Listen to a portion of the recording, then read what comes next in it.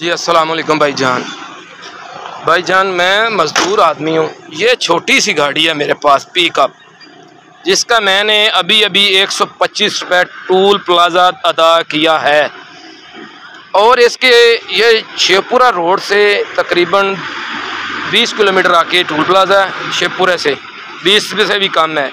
और इसके आगे गुजरांवाला रोड के ऊपर ख्याली बाईपास के पास उधर भी टूल प्लाज़ा है, जो कि 125 रुपये वो भी ले रहे हैं। 250 रुपये इन्होंने टूल प्लाज़ा लिया है मेरे से। तो यार ये खुदा का खौफ खाओ भाईजान, ये गवर्नमेंट जो है ना, ये मेहरबानी करे, हमारे ऊपर तरस खाए।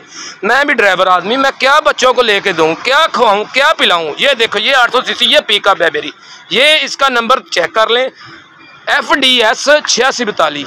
छोटी गाड़ी है, कहीं नेट मार के भी चेक कर लें, ये छोटी पिकअप है। ये क्या माजरा है, ये पीक और रक्शों वालों से 50 रुपये रक्शे वाले से ले रहे हैं।